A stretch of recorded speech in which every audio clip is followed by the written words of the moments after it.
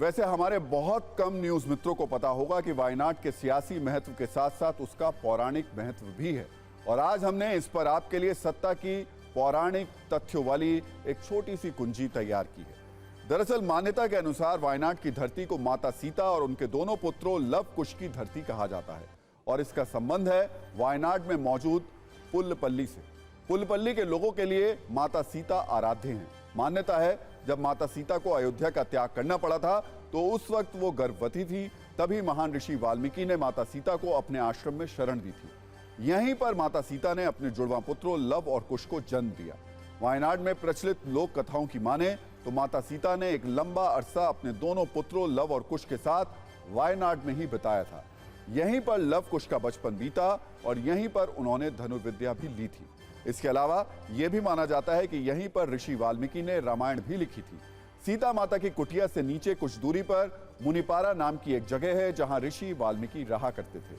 इससे कुछ दूर मां सीता और लव कुश का मंदिर भी है। पहले हम आपको इस पर एक छोटी सी रिपोर्टर रील दिखा देते हैं।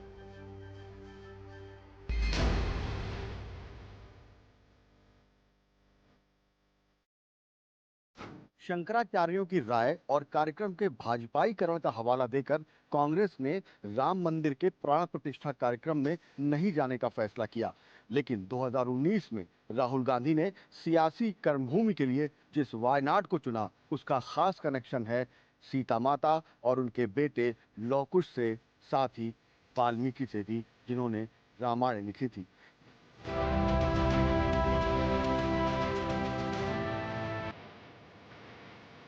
लोक मान्यताओं के मुताबिक वायनाड के इसी पुल्लपल्ली में सीता माता ने लव कुश को जन्म दिया था। यानी जो लोक कहानियां हैं उसके मुताबिक जब सीता माता को त्याग करना पड़ा अयोध्या का, वो गर्भवती थी और वो जब आई तो यहाँ वायनाड में रुकी और यहीं पर उन्होंने लव कुश को जन्म दिया और वाल्मीकि ने इसी धरती पर रामायण लिखी थी।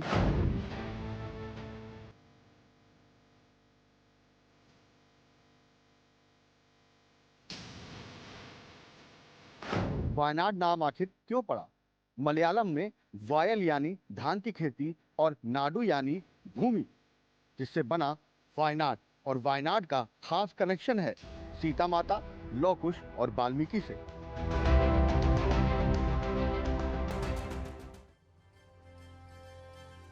और अब हम आपको वायनाड में मौजूद एडक्कल की गुफाओं में लेकर चलते हैं जो हजारों साल पुरानी है, जहां की दीवारों पर हमें धनुष बाण से जुड़ी कलाकृतियां भी दिखाई दी।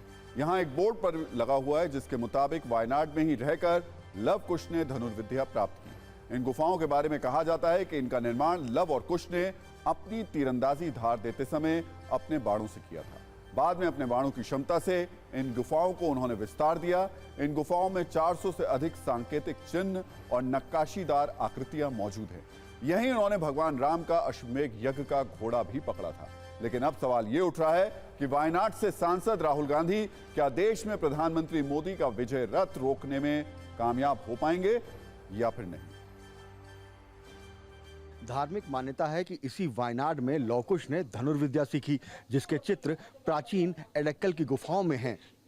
राहुल गांधी इसी वायनाड में पिछले 5 सालों से सियासत कर रहे हैं, तो क्या 2024 में वो मोदी के सियासी रथ को रोक पाएंगे? एडक्कल का कम से कम 30,000 साल पहले शब्द भूकंप होता। भूकंप से चलते पत्थर ब्रोकन के बीच में एक केव बन गया था। केव के अंदर 6000 से लेकर 2300 साल के बीच में, दैट मीन्स BC 4000 to 1000। इसके अंदर में कई ट्राइबल्स आदिवासी लोग रहते थे उधर। उन्होंने बनाया कई पिक्चर्स है, ट्राइबल लीडर का फोटो है, एनिमल्स का फोटो है और धनुष बाण खींच के खड़ा है, एक कपल खड़ा है, ऐसा धनुष खींच के खड़ा है, ऐसा कुछ कई फोटोज है उसके अंदर में, केव के अंदर में।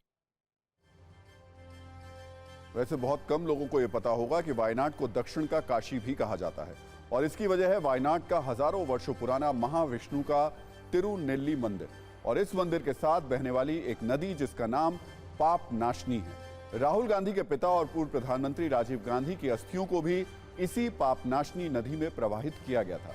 2019 के लोकसभा चुनाव से पहले राहुल गांधी ने इसी तिरुनेल्ली मंदिर में आकर पूजा अर्चना भी की थी और उन्हें यहां से जीत का आशीर्वाद मिल भी गया था। लेकिन इस बार क्या होगा ये वक्त बताएगा।